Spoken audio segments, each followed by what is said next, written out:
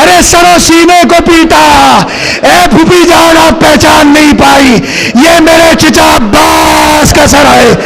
ارے جب نوکے نیزہ کی بلندی پہ بلند نہ ہوا، ارے ظالموں نے ایک کان سے رسی کو واپس کیا، دوسرے کان سے نکالا، ارے گھوڑے کی گردن میں، ارے گھوڑا جب چلتا تھا، ارے میرے چچا کے چہرے کی کان، ولعنت اللہ